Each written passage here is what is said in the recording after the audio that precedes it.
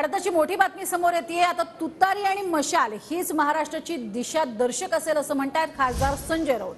साताऱ्यामध्ये फडणवीसांचं स्वागत 50 तुताऱ्यांनी केलं। 50 तुताऱ्यांच्या स्वागताने फडणवीस गांगरले असं म्हणत संजय राऊतांनी फडणवीसांची खिल्ली उडवली आणि टोलाही लगावलाय। राज्याचे उपमुख्यमंत्री देवेंद्र फडणवीस साताऱ्याला होते, मला वाटतं काल परवा, आणि ते छत्रपतींच्या पॅलेसमध्ये गेले होते। जलमहाल ना काय जलमंदिर, त्यांचं स्वागत 50 तुताऱ्यांनी केलं। पहा चित्र,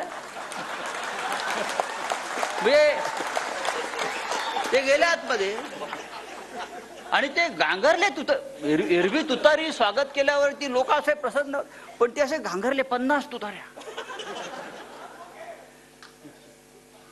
ते चित्र प्रसिद्ध, 50 तुताऱ्या।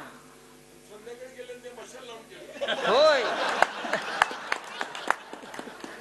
त्याच्यामुळे आता तुतारी आणि मशाल हीच या महाराष्ट्राची दिशादर्शक आहे।